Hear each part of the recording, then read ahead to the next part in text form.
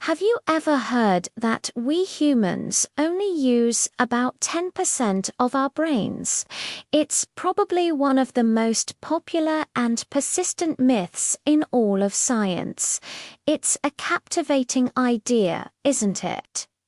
The thought that 90% of our mental power is just sitting there, untapped, like a hidden superpower waiting to be unlocked.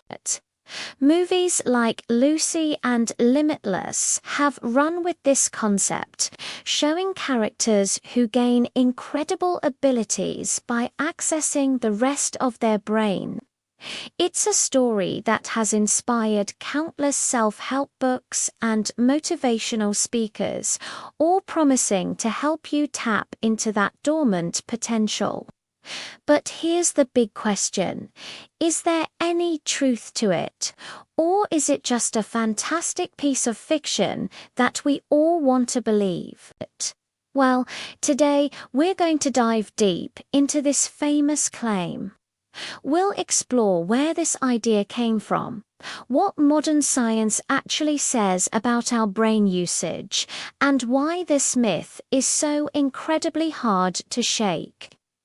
Get ready to have your mind blown, or at least to understand how much of it you're already using. So, where did this whole 10% idea even begin? It's a bit of a historical puzzle with a few different origin stories. The most common theory traces it back to the late 19th and early 20th centuries. During this time, psychologists and researchers were just starting to understand the complexities of the brain.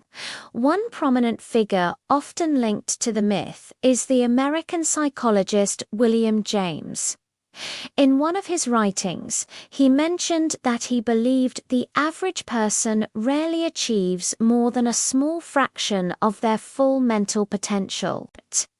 Now, he didn't say 10% specifically, but he was talking about potential, not physical brain usage. Around the same time, neuroscientists were mapping the brain.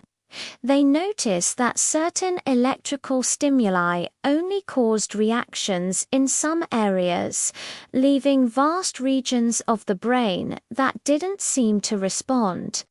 They called these the silent cortex. The media, ever eager for a catchy headline, took these early, incomplete findings and ran with them. The idea was simplified, twisted, and eventually morphed into the easy-to-remember 10% rule. It was the perfect blend of scientific-sounding jargon and hopeful self-improvement. The myth was officially born and began its long journey into popular culture. Now, let's fast forward to today and look at what modern neuroscience has to say. Spoiler alert, the 10% myth gets completely debunked. Thanks to incredible advances in brain imaging technology like fMRI and PET scans, we can now see the brain in action in real time. And what do these scans show? They reveal that our brains are almost always active. Even when you're just sitting there, doing absolutely nothing, your brain is humming with activity. It's controlling your breathing, regulating your heartbeat, processing memories, and managing your emotions. Different tasks light up different parts of the brain, but over the course of a day, you use virtually all of it. Think of your brain like a team of specialists. You don't need every specialist working on the same problem at the same time. When you're talking, the language centers are active.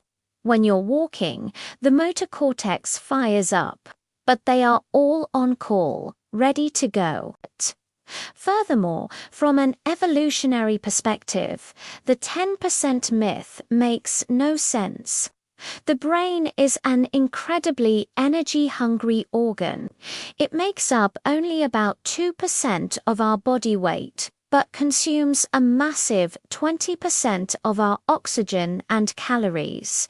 Why would evolution allow us to develop such a costly organ only to let 90% of it sit idle? It wouldn't. It would be a colossal waste of resources. Another nail in the coffin for the myth is what happens when the brain is damaged.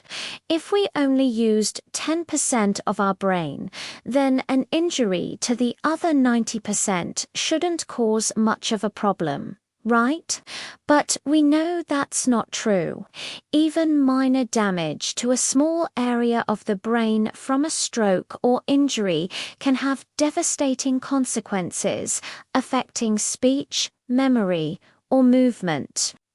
This proves that every part of the brain has a specific and important job. So, if science has so thoroughly disproven the 10% myth, why does it still persist? Why do so many people still believe it? Well, the answer lies more in psychology than in biology. The myth is incredibly appealing because it offers a simple and powerful message of hope and untapped potential. It suggests that we can all become smarter, more creative, or more successful if we could just figure out how to unlock the rest of our brain. It taps into our desire for self-improvement and our fascination with the idea of hidden human abilities. It's as a comforting thought to believe that our limitations aren't permanent and that a better version of ourselves is just waiting to be unleashed. This makes it a perfect narrative for Hollywood movies, which can visualize this unlocking process with stunning special effects. It's also a favorite trope of motivational speakers who want to inspire their audience to push past their perceived limits. The myth provides a simple, if inaccurate, explanation for the vast differences in intelligence and talent among people. It's easier to believe that Albert Einstein simply used more of his brain than to grapple with the complex mix of genetics, environment, and hard work that contributes to genius. In short, the 10% myth survives not because it's true, but because it tells a story we want to hear. So, let's wrap this up. The idea that we only use 10% of our brain is, without a doubt, a myth. The reality is far more impressive. We use 100% of our wonderfully complex brain, just not all at the same time. It's a highly efficient, incredibly powerful organ that is constantly working to make you well. While we may not have a hidden off switch to unlock superhuman powers, the potential for growth and learning is very real. Our brains have an amazing ability called neuroplasticity, which means they can change and form new connections throughout our lives. So, while you can't unlock the other 90%, you can absolutely strengthen and improve the brain you have through learning, practicing new skills, and staying curious.